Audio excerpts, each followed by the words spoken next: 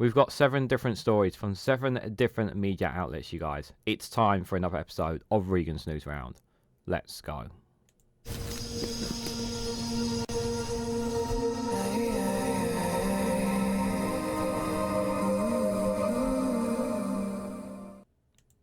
Good morning, good afternoon, good evening, wherever you are in the world. This is Reganelite here with another episode of Regan's Newsround, where I cover 7 different stories from 7 different media outlets, all in one video for you guys. The date and time for this video is the 16th of May 2024, recorded at just after 8 a.m. for reference. And I start here with The Guardian with landlords are selling up, leaving 2,000 households a month in England facing homelessness. 4 in 10 households seeking council help say it is because property is being sold amid renting reforms delays. Yes, so as an attempt, obviously, for the landlords, for some of them, obviously, it's a lot more harder for them to maintain their costs. But there's different varieties. There are the majority of landlords are really making a pigs in on the misfortunes of renters. But some of them aren't able to keep up, and with landlords are seeing the grim reality of the renters reform bill is going to be coming, and the necessary changes that I'm sure Labour are going to impose. That I think that's also playing a factor into it too, that they know that that's coming down the road. That other factor obviously could be as well is that the homes that they own are becoming too much are becoming too much, and it's not worth the hassle anymore. And this is obviously leaving lots of people who are renters, who are just about struggling to pay their rents, now are kind of just being thrown out into the dustbin pretty much by renters. And remember, they only have a few months notice before they have to get out of that house as well to find somewhere else. And it's really, so many lives have been wrecked without the needing of having this renters reform bill not put in. But 2,000 households a month in England, guys. Just 2,000 a month. That's lives being destroyed every day, being forced to move and shift or go back to move into their parents, or some just gone out onto the street because they can't find one somewhere, desperately asking the council for help when the councils are already struggling as it is to find accommodation. Nobody, and I mean nobody, is winning right now in this situation. Some more than 2,000 households a month are facing homelessness in England because private landlords say they are selling up, with some blaming uncertainty caused by government delays to renting reforms. The official figures show that more than 4 in 10 families who have asked councils for temporary housing after a private landlord ended their tenancy are in the predicament because the owner told them that they were putting the property on the market. Meanwhile, almost a third of landlords plan to reduce their rental portfolios, and only 9% said they are likely to grow them. A survey by the National Residential Landlords Association, the NRLA, found stubbornly high interest rates are another key cause of sales, the association has said. Excuse me. Recent data shows that the number of children living in temporary accommodation in England has hit 145,800, a record high, and up 12% in a year. The homelessness charity Riverside said there was evidence of a humanitarian crisis unfold behind closed doors in towns and cities across England. Without a doubt, we have a crisis, but we also know that we have a government that simply does not care. And I'm going to go out on a limb and say, before we get to the end of this, if there is an official spokesperson, they're going to say, we've invested this amount of money or something. This is what the government will, the simple regurgitating lies that they always say, is that they've invested, that they're building loads of houses, but they're not building nowhere near enough. I know some people will obviously factor in what's happening with immigration, and that I don't think that's the main crux of the issues. It's just a case of the Conservative government over the last 14 years just hasn't built enough goddamn houses as well. Just not enough houses have been built. That's the grim reality of it. But yeah, temporary accommodation hitting 145,000 record high. That's temporary accommodation. That's not even permanent. Despite growing increasing demands, the supply of private housing available to rent is still 50,000 homes below pre-pandemic levels. Figures from the Right Move shows the total number of privately rented households including those in stable accommodations, has hovered to around 4.5 million mark for the last decade. According to the English Housing Survey, in that time, England's population grew by 3.2 million, equivalent to 1.4 million households. Yeah. As our population increases, which is what's been happening, we need to obviously have the household to accommodate to it. And clearly, we've not been keeping up with that. On Wednesday, the Renters Reform Bill returned to Parliament for debate in the House of Lords. The bill is intended to deliver on promises being made by the government 5 years ago to end no-fault evictions. The ban has been repeatedly delayed and will not come into effect until summer 2025 at the earliest, then only on new tenants. Renters want tougher reforms than currently proposed, including giving tenants 4 months' notice rather than 2 when they are evicted, eviction protections for the first 2 years of tenancy, with a limited in-tenancy rent increases to the lowest of either inflation or wage growth. The delays mean ongoing uncertainty about the rules for millions of renters and their landlords. Landlords selling up is the single biggest challenge renters face, said Ben Beadle, the NRLA chief executive. The only answer to ensure responsible landlords have the confidence to stay in the market and sustain tenancies. We are calling on peers to support the bill and give the sector certainty about the future. The campaign group Generation Rent accused the NRLA of trying to hold Parliament hostage to the idea that they will sell up over even the smallest strengthening of tenants' rights. Ben Twomley, its chief executive, said, long term, if landlords sell up, it makes little difference to the housing market. Bricks and mortars do not sink into the ground, and the homes could be bought by another landlord, first-time buyer, or even repurposed for social housing. The short-term issue is that tenants have an appalling lack of protection when landlords choose to sell up. And this is and Ben is exactly right. Yeah, there are far too little protections for renters in England. There's not enough protections whatsoever in England. So this idea that, or this perception that some people are creating, that we are going to have a lot of landlords selling up and that all the landlords are going to sell up and that's going to be the end of the rental market. No, absolute nonsense. There will always be landlords there there always be landlords there, and this is about protecting the renters here. We have a lot of situations where landlords are abusing their renters. It is blatant abuse of the amount of money and the lack of protections that renters have, and this bill, when it finally comes through, will help protect them. So this idea that, or this premise that people have that landlords are doomed or whatever, or something, absolute BS. It's absolute BS, guys.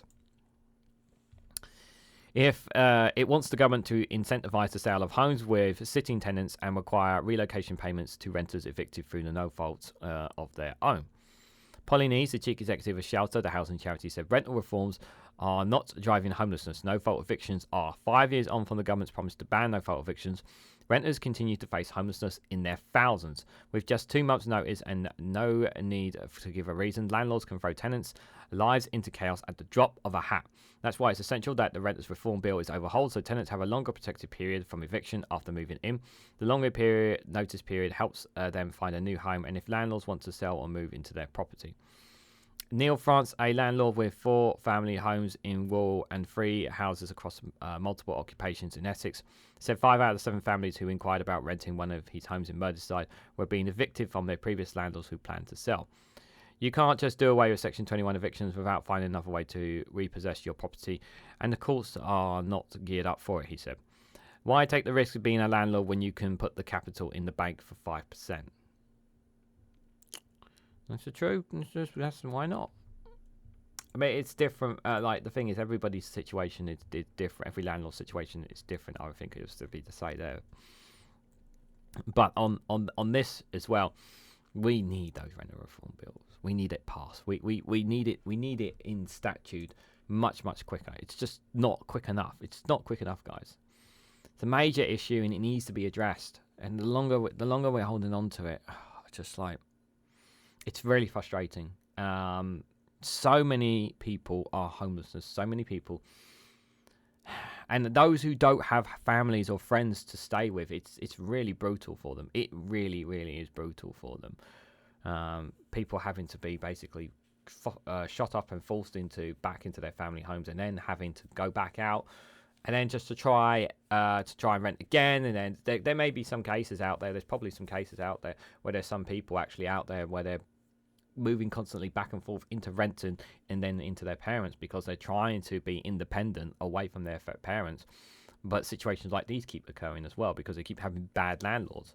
There's certain renters that I've been fortunate enough that I've had one very good landlords. There are good landlords out there, let me be very, very clear. But there's also quite a majority that are also abusing the use of renters as well, and it's very important to highlight that as well. I can't speak for landlords up in Scotland. Only those who know about what's going on up there can speak in the comments below. But for those in England, it's very brutal for some of them, and they really are giving up all their money, some of them, just to get by, which is a real shame, just for the solidarity of having that independence. So this next one I've got for you guys is from Sky News, and this is shocking to say the least. So the headline is the warning to boil drinking water in Devon area after 22 cases of diarrhoea disease has been confirmed. The UK Health Security Agency, which is leading an investigation into the outbreak, has confirmed at least 22 cases of disease have been detected. People living in 2 different areas have now been told to boil their tap water by South West Water. This is ridiculous. This is absolutely ridiculous. This is England. I've said this before. This is damn England. We're like, no disrespect to any other nation out there, but we are not a country that's in poverty right now. We are not a country that doesn't have the money and the wealth to deal with things. And yet here we are, 2024, and we have a situation where people in parts of England are having to boil their drinking water because of diarrhoea disease. This is just outrageous. South West Water is just like the rest of the water companies. Utterly shameful that this has happened. Now, how has this happened and why has this happened? Let's read into this. So people have been told to boil their drinking water after 22 cases of waterborne disease was confirmed in and around a town in southwest England. Small traces of a parasite, which can cause a disease with diarrhoea symptoms, were found in the water supply in Devon on Wednesday, according to South West Water. It added that it is working with UK Health Security Agency, the UKHSA, to eliminate the source of disease that bottled water stations will be set up in areas affected. One has already been set up to distribute bottled water at the Broadsands Beach Park near Paddington. So I'm assuming, the area around Brixton, Devon, an area affected by boil your tap water warnings this is a picture from South West Water, apparently. The detected parasite, Cryptopodorism, if I mispronounce, I apologise, can cause cryptospondylodius disease when it is passed on to humans. Anyone can get the disease, and it can be a serious illness in people who have immune systems that are not working properly, according to the UKHSA, although most healthy people should recover. Infections can be caused by drinking contaminated water or swallowing contaminated water in swimming pools or streams. It can also be acquired by animal and human contact. South West Water said customers in Elston and the Hillhead area of Brixton are advised to boil their drinking water before consuming, following new test results in cryptospondylodium. We are issuing this notice following small traces of the organism identified overnight and this morning. Why is this happening? I want an explanation. As well as 22 people confirmed cases have the disease, as many as 70 other people have reported cases of diarrhoea and vomiting in residents and visitors to Brixton are also under investigation, and more cases are expected.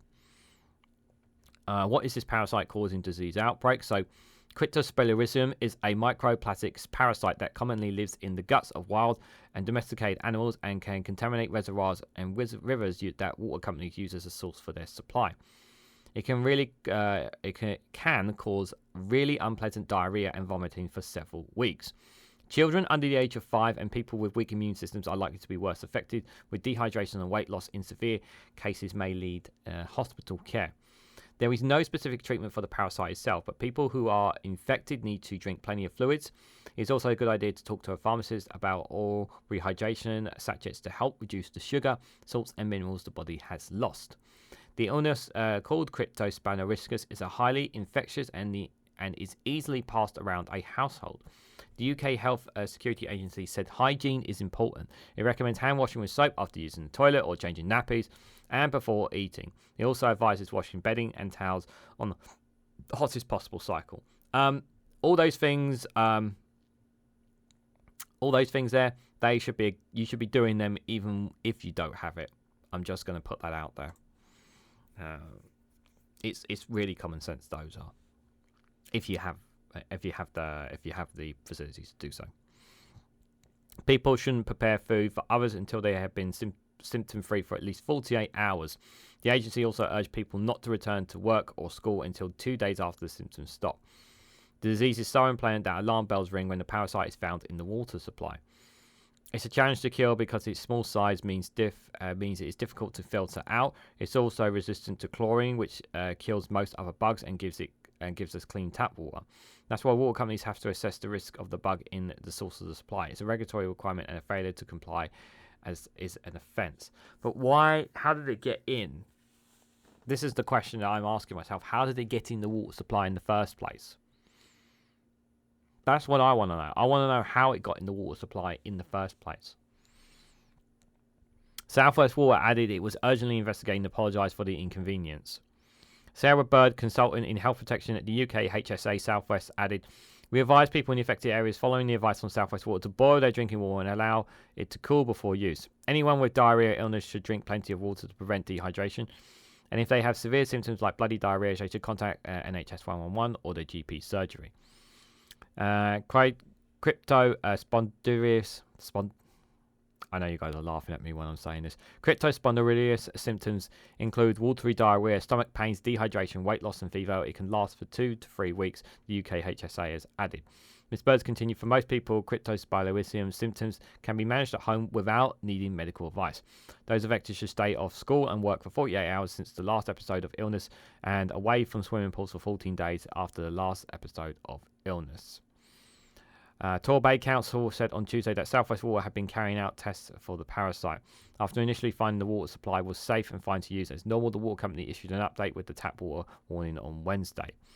It comes after hundreds of residents said on the Facebook group that British and Fisherton Town had fallen ill in recent days. A post to the group on Tuesday had more than 1,200 comments from locals saying that they or a family member was sick. One person said on the group that they were fuming that this could happen after confirmation of the parasite in the water supply. Anthony Maggle, the Conservative MP for Tottenham, said he was aware of the current reports of illness in Brixham and concerns regarding the quality of drinking water. He added he knew many more cases of reported cases of diarrhoea and vomiting in residents in the town. The cause of the outbreak has not yet been confirmed. So by the time you may see an update on this guys, about how it's been caused and what was responsible for this. Now, I am very questionable about South West Water, and obviously one thing I want to highlight, and I'm not saying that this is, but I think I'm not saying that this is. I'm literally speculating here. This is pure speculation what I'm saying. But given that water companies have been discharging a lot of sewage and water, a lot more than they should, it's entirely possible it may have come from there and somehow got into the water supply potentially. I don't know if that's true. Maybe I don't know if that's true, but it's entirely possible.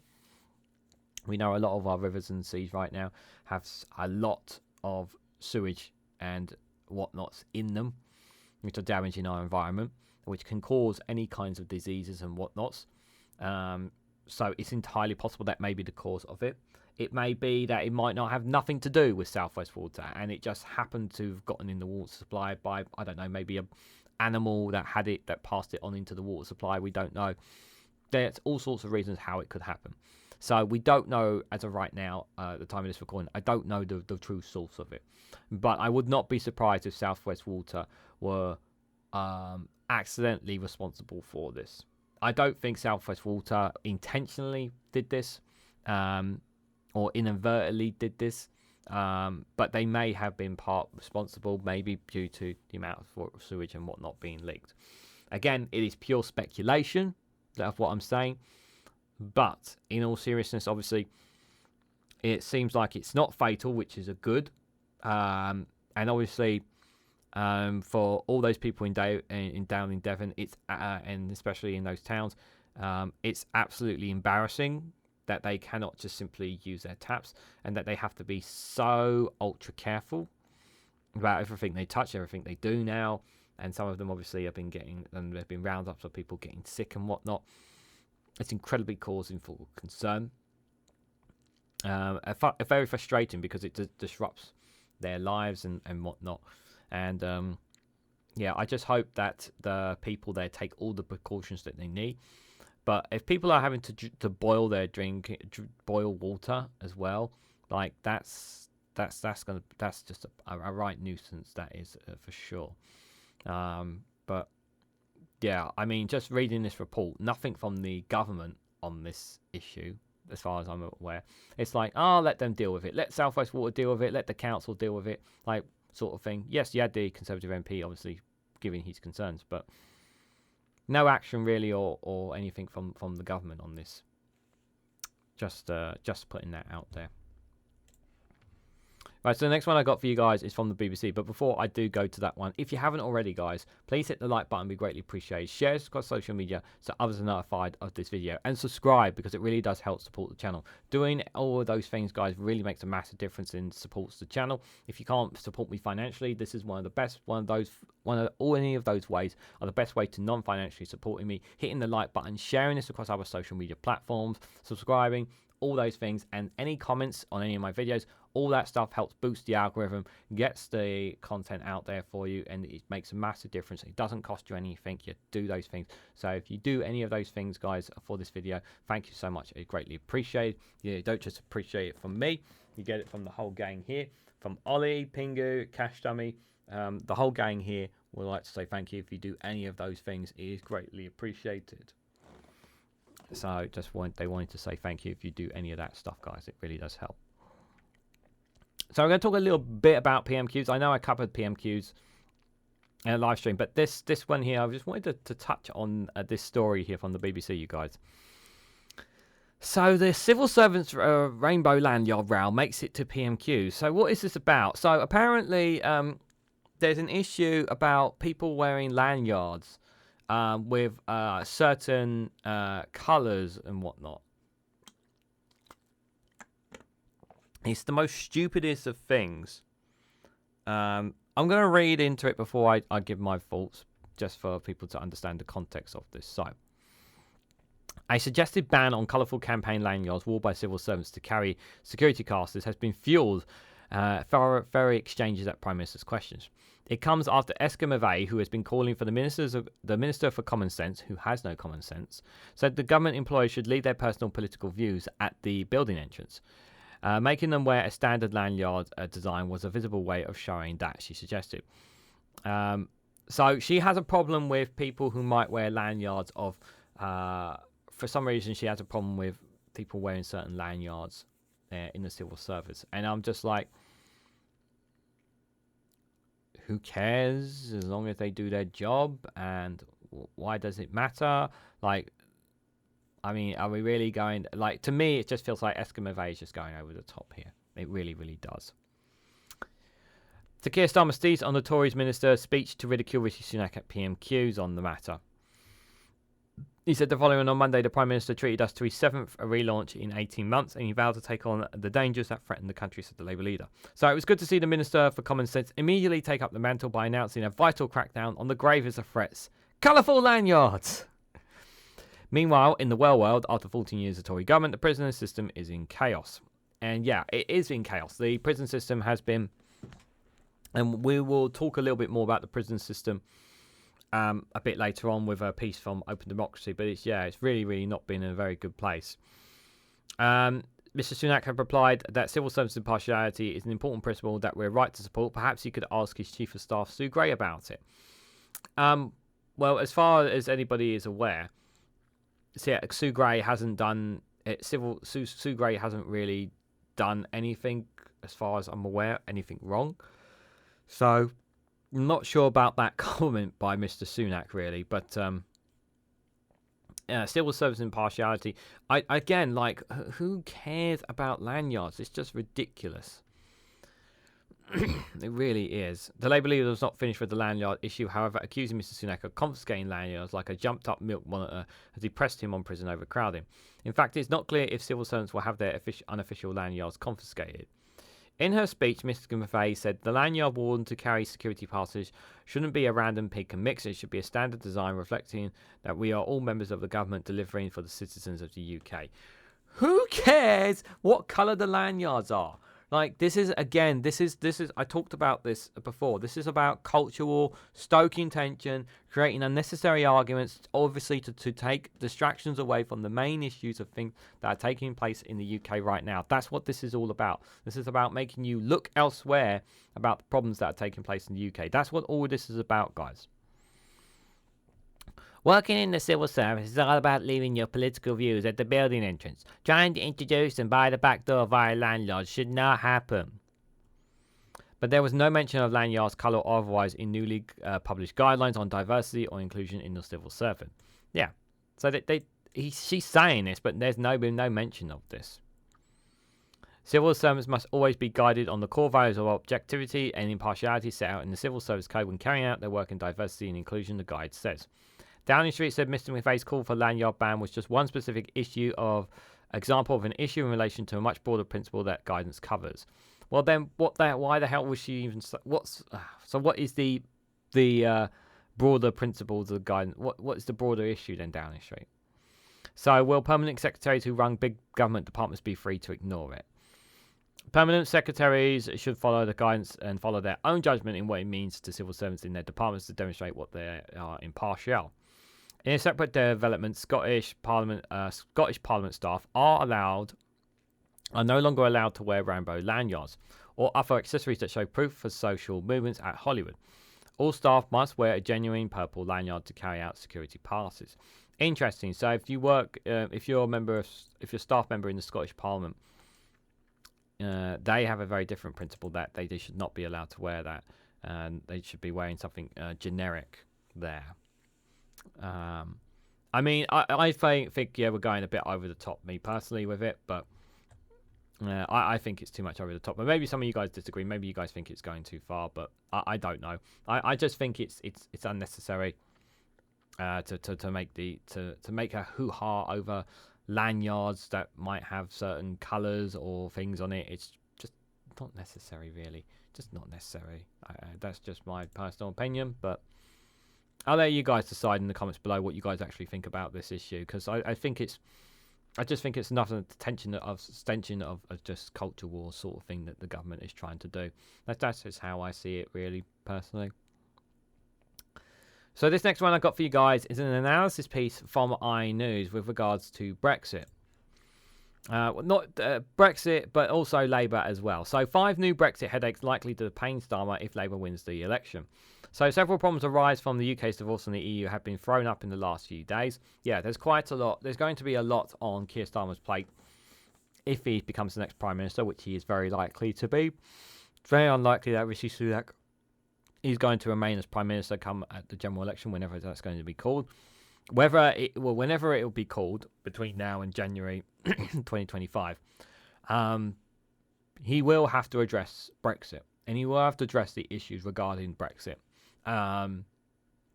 Because quite frankly, people are suffering, and businesses will be saying something, industries will be saying something about it, even though that there is this perception from the media that Brexit is a wonderful thing. It should not be reversed because it will be against the will of the democratic people.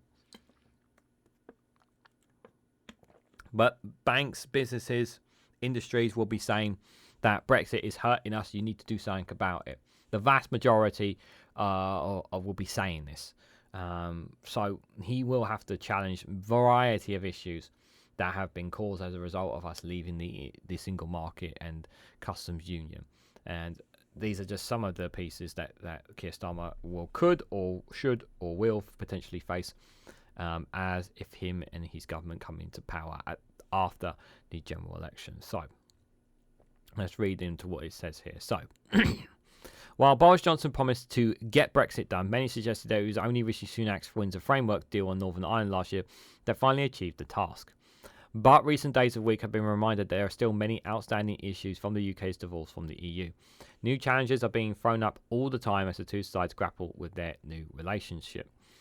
It means that Sir Keir Starmer, who has painstakingly carved out a position that will allow for a slightly closer UK-EU relationship to help the economy without alienating leavers, is likely to face ongoing pressure on Brexit if Labour wins the election, as opinion polls currently suggest. So here are some of the headaches thrown up in recent days and weeks that show some of the issues Starmer is likely to inherit. So the first one is the Puffin Pavla. So the UK and EU are currently locked in consultation negotiations to resolve an argument over Westminster's decision to ban North Sea fishing of sand wheels to preserve a vital food source for the endangered puffin and other British sea birds. Egged on by angry European fishermen, the EU have chosen to trigger dispute proceedings under the Brexit deal for the first time over the ban. Ministers are unlikely to give way, meaning the row could rumble on into the arbitration process that could ultimately see the UK hit with a punctuate tariff if the ruling goes against the government. The process could rumble on for several months and even years, while it has become a cause celebrate for Brexiteers, highlighting the dilemmas Starmer is likely to face on whether to differentiate from Brussels rules. A government source has said we are able to take steps because of our exit from the EU, using our Brexit freedoms to make a space for nature and recover from our maritime habits. So this is an issue that's been going on, one that we don't hear much about, that's been going on behind closed doors, over fishing, obviously fishing parts and whatnot, and this is another one of them there. So it is something that's going to rumble on. So this is obviously the most recent story that we've been hearing about. So migration on the island of Ireland. So Sunak's Windsor frameworks created a major headache for another flagship policy, the Rwanda deportation plan. After Northern Ireland's High Court ruled that the Brexit agreement meant that the government's Illegal Migration Act could not apply in the province. The deal, which keeps Northern Ireland in a half-in, half-out of the EU status, states that human rights and safeguards cannot be rolled back in the province, and judges found that the Act does that for asylum seekers. Yeah. So this is this one here. This I believe this deal, this issue here on migration towards for those going from the UK into Ireland, I believe this will become less of an issue when he comes to power, simply because of his plans, as it will read in a moment, because Labour's obviously plans are to scrap the Rwanda policy. Now, many people just do not want to be shifted back to Rwanda, and we know that if he clears the backlogs, it'll help reduce the numbers down. We know it will significantly reduce the numbers down, help knock the numbers down. Obviously, how he deals with the small boats crisis, stopping the boats and stopping those getting in trucks and whatnot, that's still it's a lot of rhetoric that he's talked about stopping in terms of migration and whatnot. But it doesn't really solve the issue. But I do believe that the reason why people have been talking about migration on the island of Ireland going from the UK to Ireland via Northern Ireland is simply because of the threat of Rwanda. And I think that if he drops that, I think that will change. I really do think that will change, unless people are more inclined to run to Ireland in doing so. It means asylum seekers who arrive on the small channel boats could theoretically avoid being sent to Rwanda by going to Northern Ireland.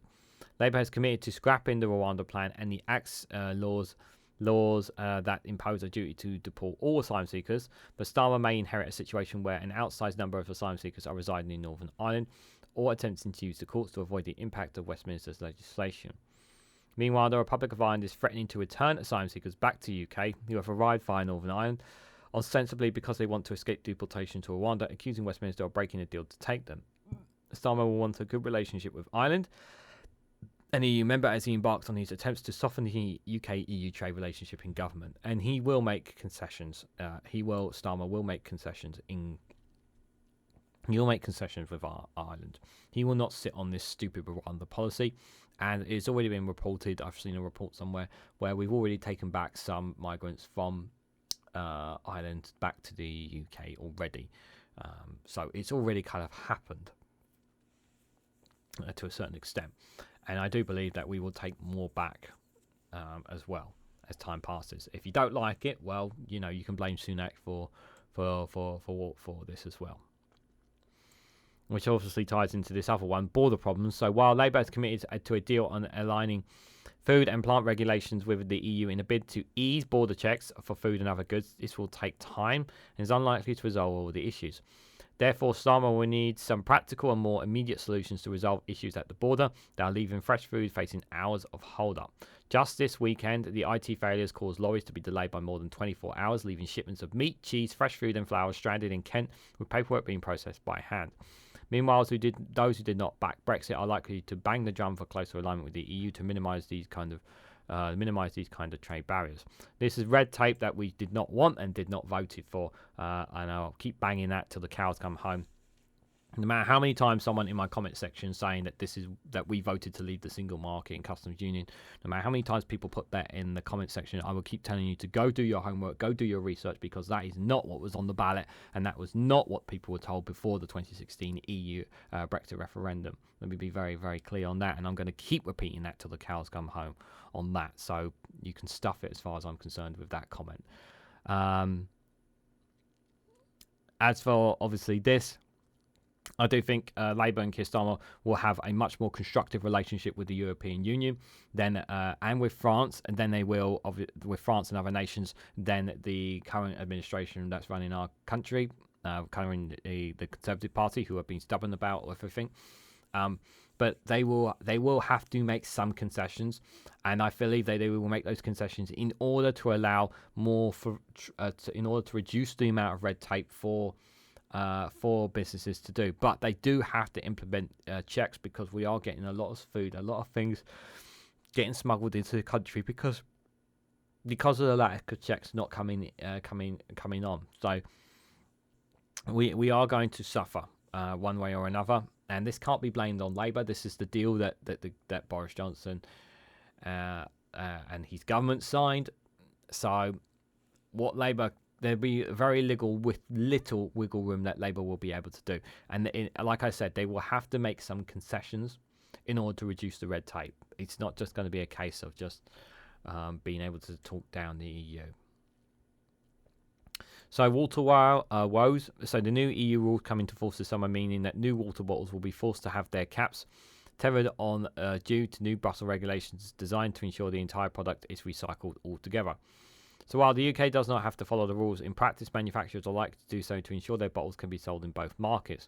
It shows that Starmer is likely to face ongoing calls to decouple the UK further from the EU from levers. This one, obviously, I just don't. I mean, it obviously makes sense that most markets will do so. This will apply pressure on his future Labour government to follow more suit to the EU. That we will be following along with the EU, because many of our businesses still have work in business and trade and whatnot with the European Union. So it makes sense for us to follow those rules. So. But how the government responds to it, obviously, will be interesting to say the least. But yeah, I do expect actually this kind of thing to start happening in the summer anyway, from some in the UK markets as well.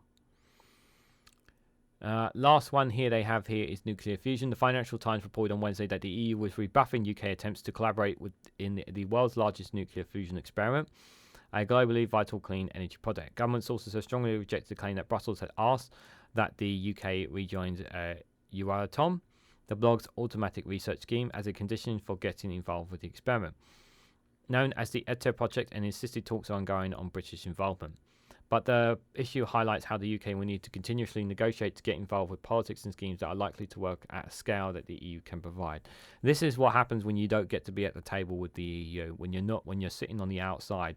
If you're sitting on the outside when it comes to things when you're sitting on the outside, guys, you don't get to make any decisions. You know, when we were a part of the EU, when we were a part of the single market, we were at the table, we could make decisions, and we created rules as well.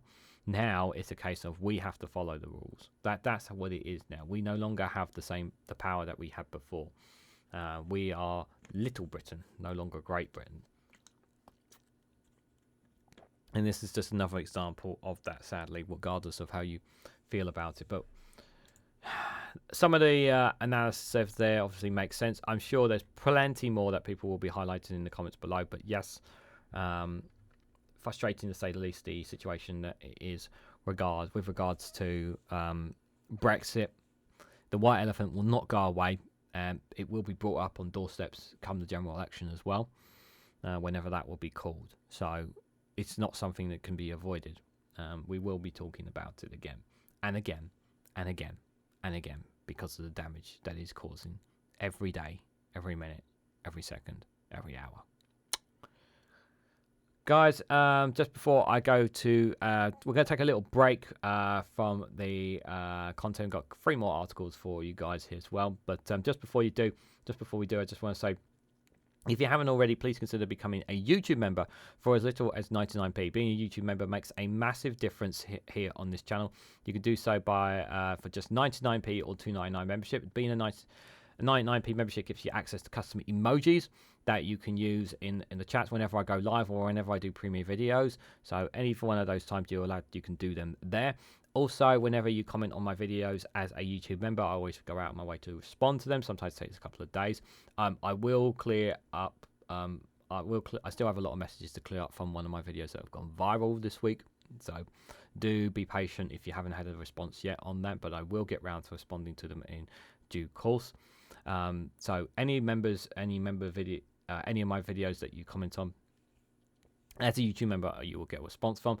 I also do certain special community members posts as well. You also get as well. And if you decide to become a $2.99 member, which is the Snowflake Corporal level, you get early access to content before everybody else is. It comes out a day or two before you guys, before the rest of the people get it as well. So just 99p or $2.99 a month really does make a massive difference. It doesn't seem like a lot of money, I know, but just that small little contribution does make a big difference, and it really does support me and supports the channel and the work that I do here. So thank you to everyone who does so. It really does mean the world. Otherwise, you could also do a super chat if you wanted to. If you wanted to do that as well. Other ways you can financially support me are also by buying me a coffee. The link for that is in the description as well. Buying me one of those is really be very generous if you do so. Another one of the other ways which would really help as well is by joining my Patreon. On Patreon, you get access to exclusive content on there by being a Patreon supporter, and also I do additional videos as well on there, so you can check them out. I also do additional videos on Rumble and on my Facebook page as well, so do check out the content for both those. The links for all of them are down below. So if you have done any of those things, I just want to say a massive thank you, and I greatly appreciate all your support.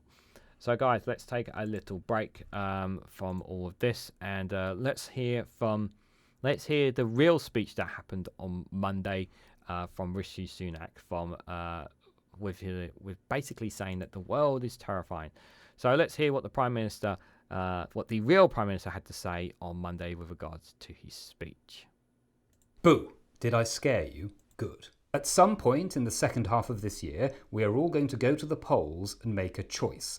I'm not going to tell you exactly when, because I'm a big tease, and I also know it's the last important decision I'll ever make. It won't just be a choice between Labour or Conservative, or even Sunak or Starmer. It will be a choice between the future and the past, good or evil, life or death. Are you scared yet? I remain confident that my party can prevail, not because of our record alone, or indeed at all, but because we are the only party who will be talking about the future. I'm talking rocket ships and computers and robots and flying cars. Bah! Just keeping you on your toes. The world's a crazy place at the moment, isn't it? We've got war, immigration, nuclear weapons. I mean, what if Keir Starmer, who loved Jeremy Corbyn, forgot the nuclear codes? That will never happen to me. They are safely stored in my WhatsApps. The ones I didn't delete. Extremists are exploiting our liberal democratic freedom of speech and freedom to protest by saying that they disagree with us and protesting against us. I'm talking about the worst people in the world. Terrorists, gender activists, cancel culturers, and worst of all, Scottish nationalists. These people are trying to make it morally unacceptable to believe anything different, whereas we believe in accepting the morally unacceptable. This country has been pounded by a series of once-in-a-generation disasters. Boris Johnson, Liz Truss, COVID, Ukraine... Oh God, behind you! Got you. The future's terrifying. AI could destroy 40% of all jobs. I mean, not this job, obviously. No one wants to vote for AI. I mean, no one wants to vote for me either. But plot twist, the future's not just terrible, it's also amazing. AI's great. Imagine in the future a school where every pupil had their own AI tutor personalised to them. And all the teachers were sort of sitting around waiting for their jobs to go away. But that's fine because they don't vote for us anyway. Now, I'm not saying the past doesn't matter, although I sort of did just say that a minute ago. Are you still understanding this? Because I basically wrote 4 different speeches and sort of squashed them together. You can't tell, can you? Because sometimes the worst moments lead to the greatest creations. I mean, without World War II, we'd never have had Dad's Army. Without the Falklands, there'd be no Adrian Mole. And without COVID, we'd never have heard of Joe Wicks. Because although the future is very dangerous, it can also be very exciting. I mean, look, in Britain, we launched the Industrial Revolution, didn't we? I mean, yes, that did eventually, in the end, sort of lead to climate change. So who knows how much innovative damage we can do in the future. Think of all the things we could still invent. I mean, look at Ozempic. That's done very well for Denmark. Why didn't we invent that here? We've got loads of fat people. Despite having 14 years to think about the future, Labour don't have any plans. At least none I've heard about. But then I do only watch GB News. They think they can make you feel bad about the country and just depress you into voting for them, which is unfair because we've done most of the legwork on that. We've made progress in so many areas. I mean, austerity was actually good. Brexit was actually good. Partygate was actually good. Now, don't whatever you do think about that thing I said at conference last year about there being 30 years of failure. I've changed my mind on that. Not like Keir Starmer changes his mind. I've changed my mind in a good way. I believe that at heart we are a nation of optimists because I've never spoken to any British people in a pub. We have pledged to increase defence spending. Jeremy Corbyn wanted to give this country to Russia. There are so many things that I would love to do if only you'd give me the chance. I'd like to cure cancer. I'd like to create a robot NHS. I'd like to teach the world to sing in perfect harmony. Why would you vote against that? But look, it's not just about me. We want you to help. If you can see a problem, we want you to fix it. And looking at the polls, I have quite a big problem. Can you fix it? Please?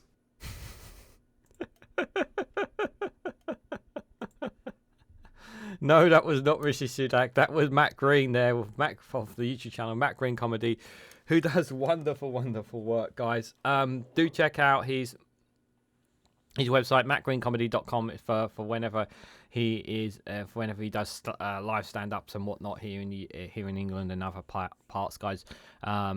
And if you're not a subscriber to his YouTube channel, please subscribe to him. Hit the like button on these videos and share them across social media, all that good stuff, guys. It really does help support him as well. So I hope you guys enjoyed that one from Matt Green. He really is one of the absolute top lads. The link for the video is in the description, by the way, if you guys want to have a look as well. So the next one I've got for you guys is from The Independent, and this one is from Gordon Brown, the former Labour Prime Minister, who is piling the pressure on Keir Starmer here. The headline is Gordon Brown piles pressure on Keir Starmer over the 2-child benefit cap. The former Labour Prime Minister lashes out at the equalities of the policy and said it should be scrapped before the next general election. So he's saying that the 2-child benefit cap needs to be scrapped. They'll help bring get people out of poverty, and I'm in agreement with him. However, there have been 1 or 2 polls that have suggested that some people are in favour of it as well. Now, I don't know why there are, but this is obviously, this 2-child benefit cap is not helping people right now, and we need to be doing everything that we can to give people basically something back. We obviously have a situation where many people think that we are giving too much money away to ordinary people, which is when these same people aren't talking about looking at the rich and the wealthy in society who actually should be taxed instead of actually punishing people who are struggling to get on by. So I don't see why we need this 2-child benefit cap, and they can easily replace it with a massive a tax on the rich, calling F the riches, pay an extra tax. Let's just call it that. That's my general consensus on it. So because Keir Starmer is under fresh pressure to scrap the 2-child benefit cap if he becomes Prime Minister after Gordon Brown said it is condemning children to live in poverty. The former Labour Prime Minister lashed out at the inequalities of the policy and said it should be scrapped before the next general election.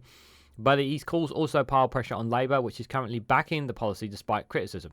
The Shadow Health Secretary Wes Streeting told The Independent that Labour would inherit a different set of public finances, but would work to bring down child poverty. Yeah, you can bring down child poverty, Wes Streeting. Yeah, one of the ways you can do it is scrapping the two-child benefit cap. The policy prevents parents from claiming benefits for any third or subsequent child born after April 2017. It was introduced by the former Chancellor George Osborne, austerity Chancellor, who said removing benefits eligibility for parents with a third child would incentivise parents to move into work to take up more hours. Mr. Brown's calls for it to be scrapped came after right-wing former Home Secretary Suella Braverman also came in opposition to the policy. Now, why on earth did she come in support of this? Let's be very, very clear here. That is not Suella Braverman. That is clearly that is a snake looking to take advantage of the situation here. So do not trust anything what that person is saying. Keir also said the policy should be scrapped while running for the Labour leadership, but has since U-turned, said he would not axe it if Labour wins power. Embarrassingly for the Labour Party, the Shadow Health Secretary Wes Streeting was defending its policy just before Ms Braverman's surprise intervention. Mr Streeting said he was a product of the welfare status, but that dealing with child poverty was more than just about handouts. He added, "We've got a difficult challenge to navigate, particularly in terms of public finance, but I just ask people to judge Labour on the record of lifting millions of children. A million children and pensioners is actually lifted out of poverty under the last Labour government." He says Sir Keir would bring down child poverty and work towards consigning it to the history books. Well, I'm having a hard time believing you right now. But speaking to BBC's Radio 4 Today programme, Mr Brown said the two-child benefit cap, which Labour is committed to, is condemning children to poverty. He said the tragedy we are now writing the future history of our country by neglecting children who have condemned the poverty and not being able to have the decent start in life who are going to fail in the future. Mr Brown explained that the entire family, not just the third or fourth child, is affected by the two-child limit, with the average family of being left £60 worse off each week. A family on low pay or a family that is struggling cannot afford to lose £60 a week, he said. He added, "I think we have to have a rethink that. Just remember that poverty went up by £600,000 in the last few years. It's going to continue to grow if we don't do something about these problems." He also called for a root and branch reform of the wider benefit system to address problems created by the bedrooms tax, the housing benefit limit, and other benefit caps. In her own intervention, Ms Braverman praised the work of the late veteran Labour MP Frank Fields towards eliminating poverty. She said that the two-child benefit limit is aggravating child poverty and urged the government to do more to support families and children on lower incomes. Writing in the Telegraph, she said, "Let's abolish the two-child limit, eradicate child poverty for good, and make Frank feel proud."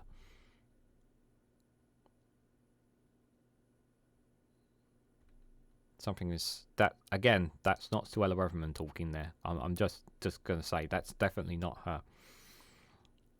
Abolishing the cap is thought to come with a price tag of around $2.5 billion per year, which Ms Braverman said could be funded by getting more people out claiming out of work benefits back into employment. Oh God, let's not go down that road again. She added, do we support families or do we penalise them? That's the real question of compassionate welfare system. You talk about compassion. She talks about compassion when she says being homeless is a lifestyle choice. Sir Keir has faces a major backlash last summer when he confined Labour was not planning to replace the policy. The Shadow Paymaster General Jonathan Ashwell has called the policy heinous and said it is keeping children in poverty. Left-wing Labour MPs have vowed to keep pushing Sir Keir for a rethink on the policy. And they should. They need to keep pushing as much as they possibly can on this without a shadow of a doubt. I'm not in favour of keeping the two-child benefit cap. I think it should be scrapped, and I think we need to give more for those who are struggling. Wes Streeting saying it's not about handouts. No, it's not about handouts. It's about giving people the best. You want to give people the best opportunities in life. You're not going to do that by restricting parents and families. You're not going to do that. And this two-child benefit cap is not helping. And it's not helping. It's not helping anyone. in any way, shape, or form. And it seems to me more of the punishment rather than anything for those having children. Especially when people keep saying we need more when people keep crying about more immigrants and less British workers as well. I'm just saying that they want more British workers. Well, then, yeah, that's a frustrating one. So the next one I got for you guys is from Open Democracy. Let me just check on the gang. Are you guys all right? They're going fine. We're coming up near the hour mark, aren't we, guys? Pingu's pretty cool. Yep. He keeps asking me where that hat, when I'm getting that hat. I'm still looking into it. I'm still looking into the hat, guys. But if anyone can find a hat of some sort suited for his size, send me a message or at me on the Discord community. Link for that's in the description if you want to join us. So, by the way, it's a free community to join. So the next one is from Open Democracy, guys. This is regarding our prison, more on the prison issues, guys. So yes, HMP Wandsworth is dangerous. Most prisons in England and Wales are.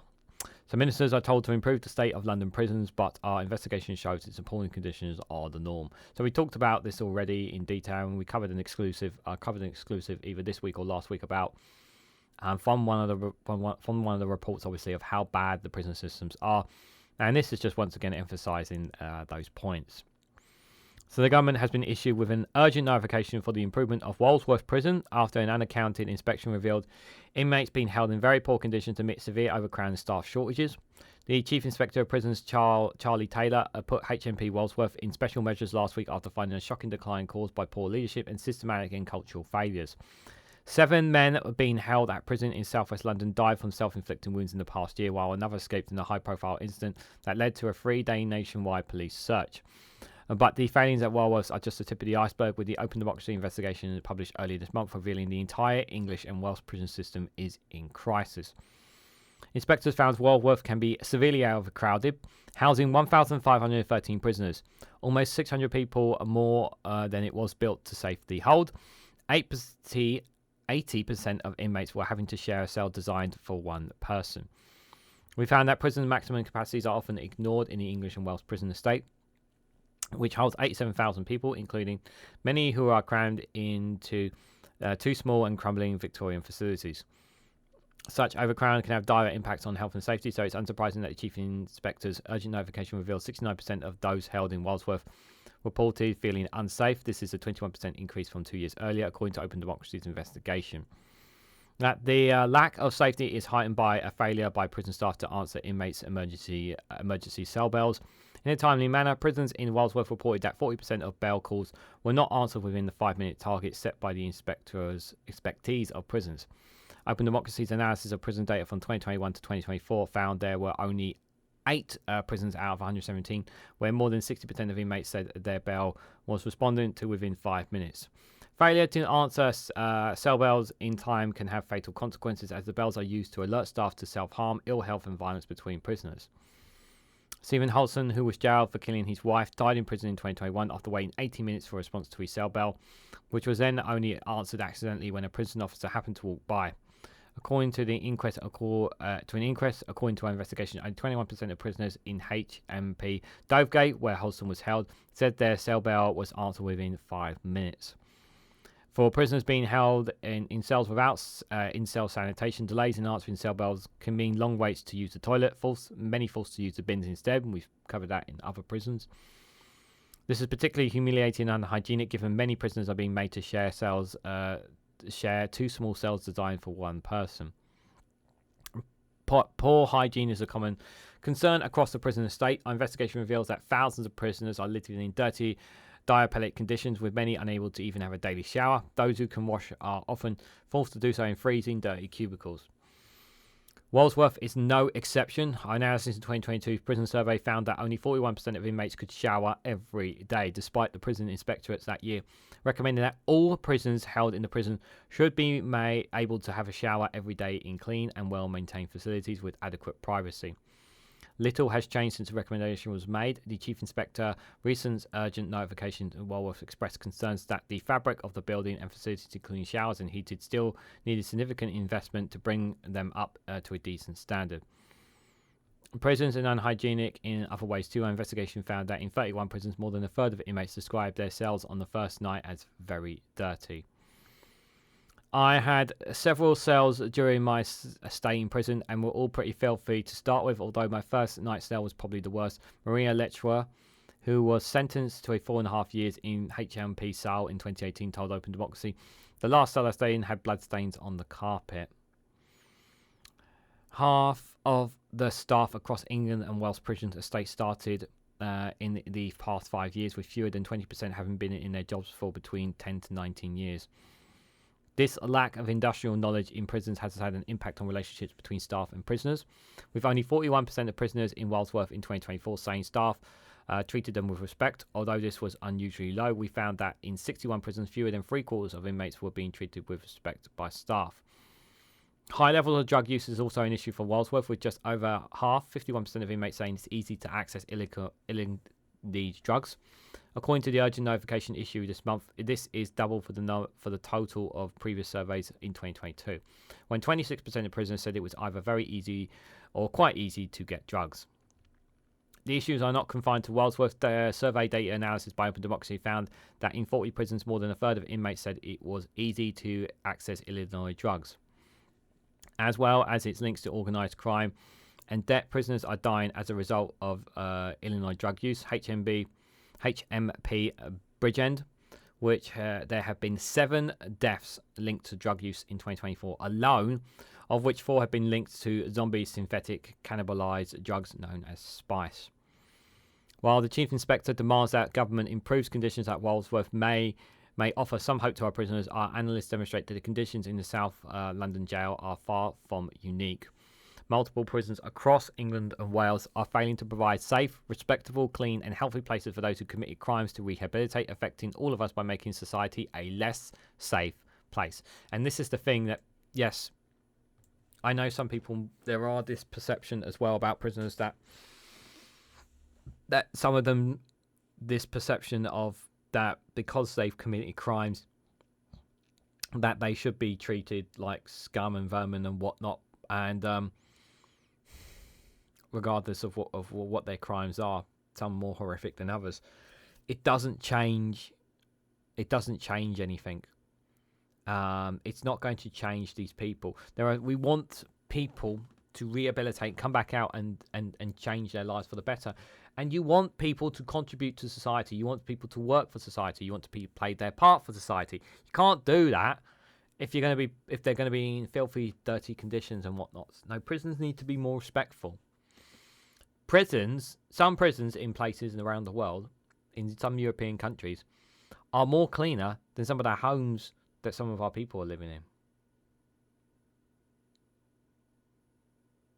That's how bad it is. While urgent reforms are needed in Wandsworth, the government needs to be honest with the public, then treating men inhumanely, as well as women. Not investing in rehabilitation and then releasing most of them into homelessness does nothing to stop crime, said Andrea Kumar, the KC Hon, Chief Executive of the Howard League for Penal Reform. It only harms the people who live in prisons, and as reoffending rates show, ultimately does not keep us safe.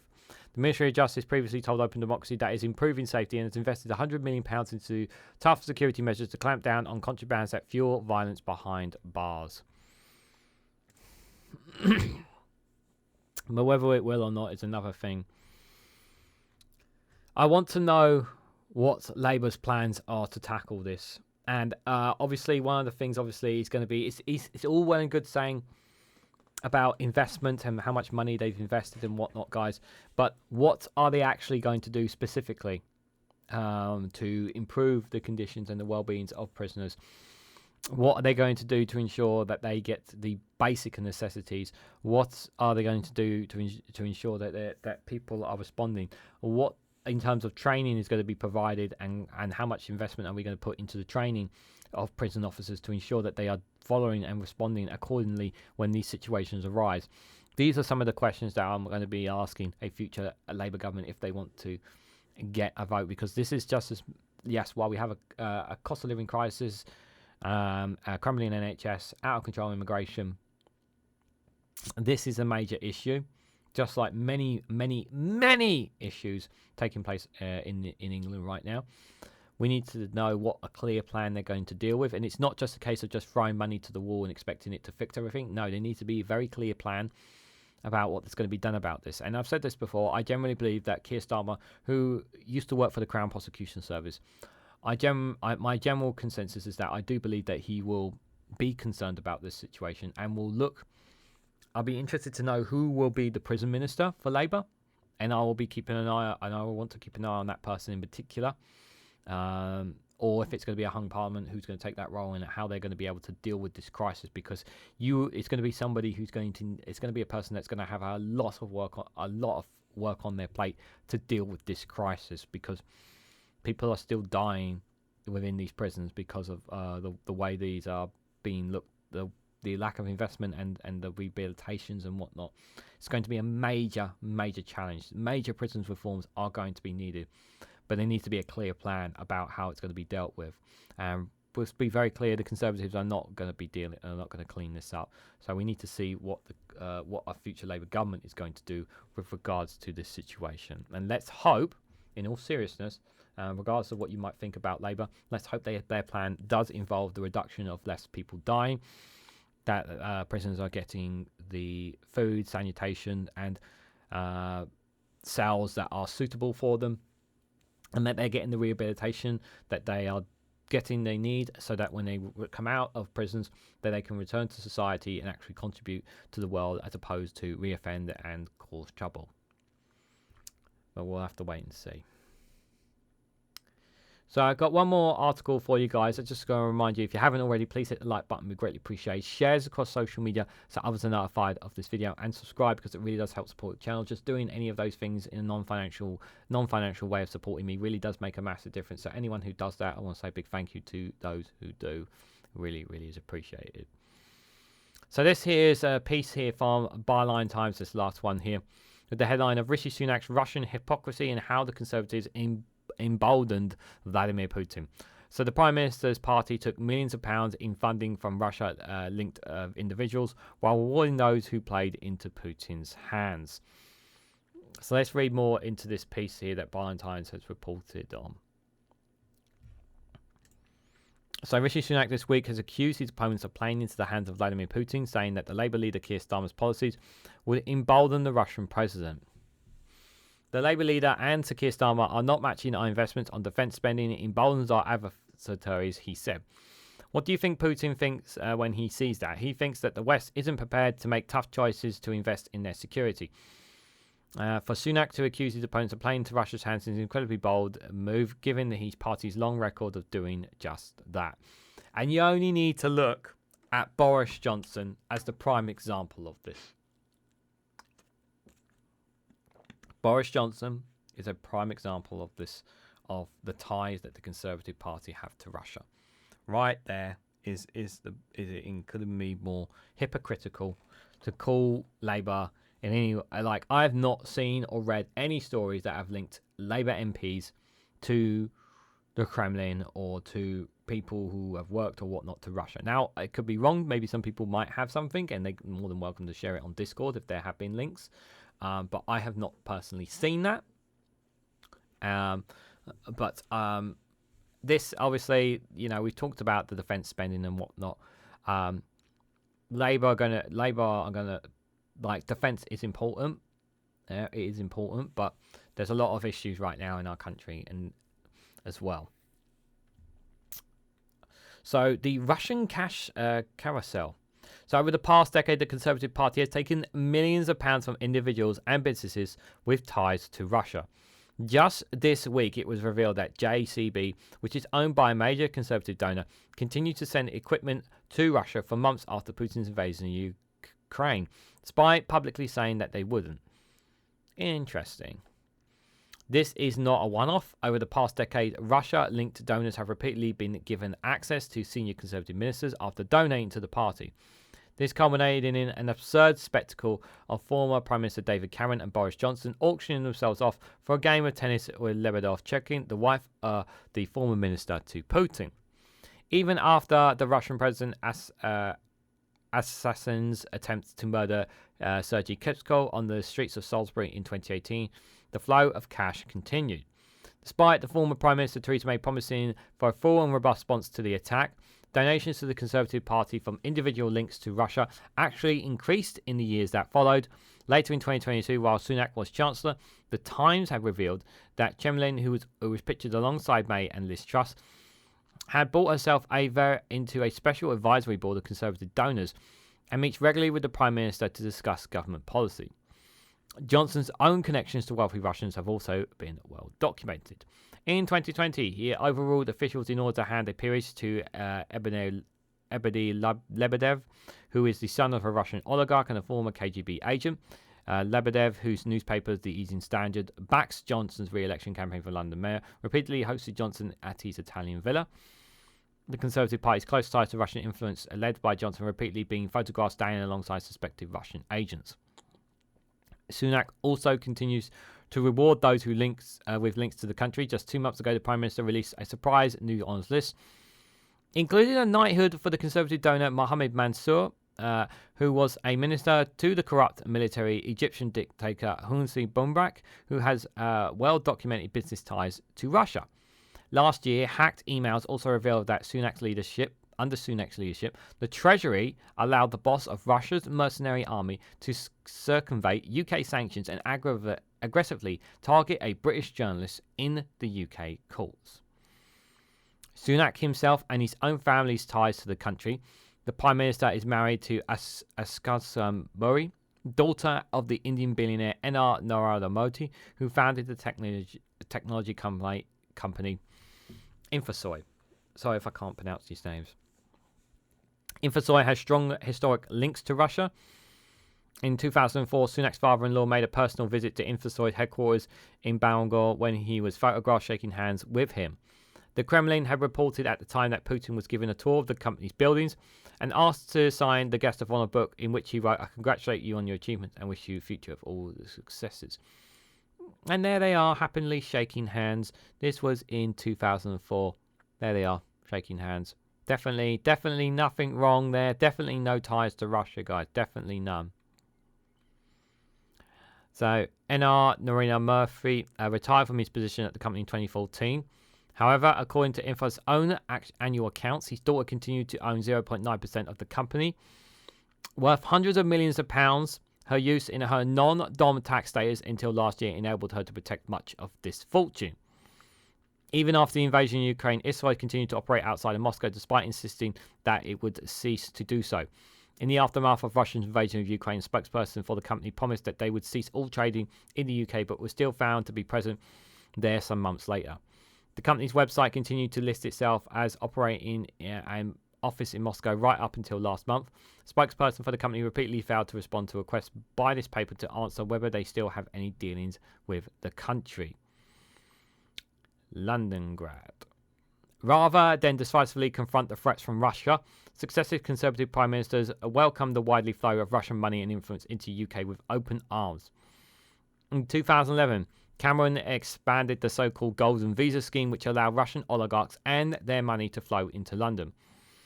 In the years that followed, Cameron continued to downplay and dismiss concerns that the UK was allowing itself to become a laundromat for dirty Russian cash. Such was the spread of Russians' wealth into UK that some of Cameron's own ministers ultimately ended up benefiting from it.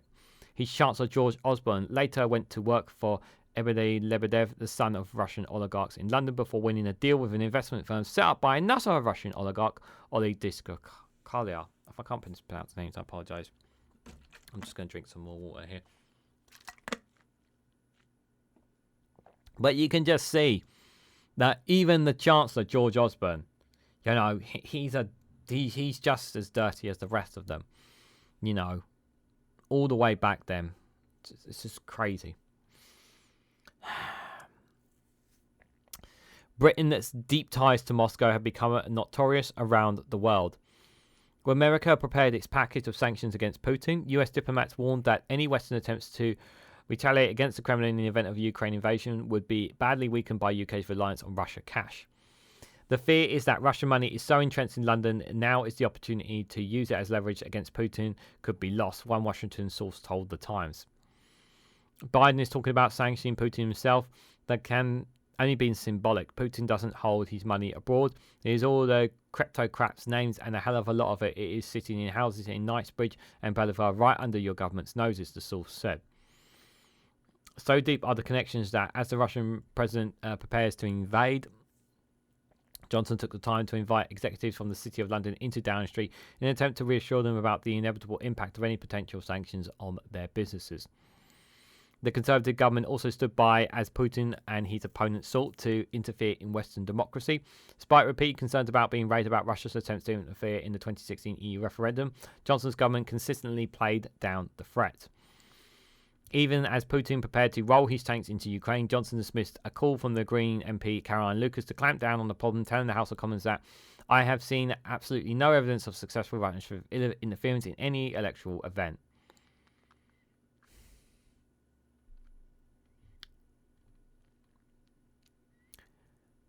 The Russian report. One reason why he may not seen such evidence is that he refused to look at it. When Johnson's government finally allowed Parliament's Intelligence and Security Committee to release its report into Russian interference, it revealed that the government had not even bothered to investigate Putin's attempts to interfere in British democracy. As the SNP Stuart Hulse, MP who sits in the committee, said at the time, the UK government were actively avoiding looking for evidence when Russia interfered. We were told that they hadn't seen any evidence, but this is meaningless if they haven't looked for it. I remember that video. Johnson made much of his support in Ukraine while he was Prime Minister. However, this is not always the stance that he took. In 2016, while campaigning for Brexit, Johnson was branded a Putin apologist after appearing to blame the EU for Russia's ongoing aggression against Ukraine. Johnson's alliance with the former US President Donald Trump, who described Putin's actions in Ukraine as genius, also weakened the West in its response to Russia. Rather than allying with our European neighbours, Johnson instead to choose to partner with a man who threatened to withdraw America from NATO.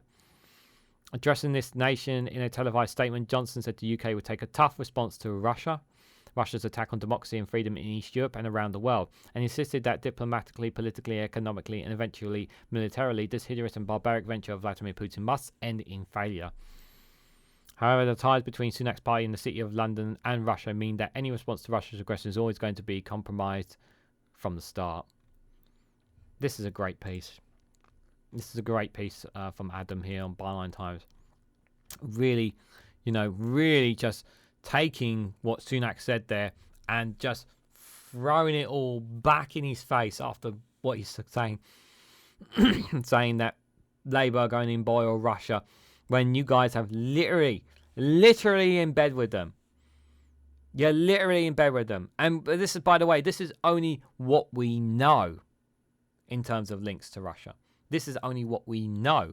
What about all the things that we don't know? What about all the things that are under the bed, that are in the closets that we don't know, that are going to come out when this creaky, dusty, old government of 14 years, when we finally get rid of them, when there's finally somebody different in power. All this stuff is going to come out. There's going to be so much more stuff coming out. Lots of these MPs are either going to flee, disappear, and whatnot. And it's just going to... And we're going to hear, even when it is said and done, even when the Conservatives are out of power, we are still going to hear about things the Conservatives have done in power that are not that have weakened us as a nation. There's going to be so many more scandals that you're going to hear about that you don't know about now. There are so many skeletons in the closets that we don't know about now that we will find out later on. We're going to see and hear more of this. It's going to drag on for a good while after Labour come to power, or with a coalition. It's going to happen. What do you guys think? Yeah, Ollie's not happy about it. No, I don't blame them, because so much as this has been against the interest of the British public, this whole thing, and it's really infuriating, you guys. It really, really is.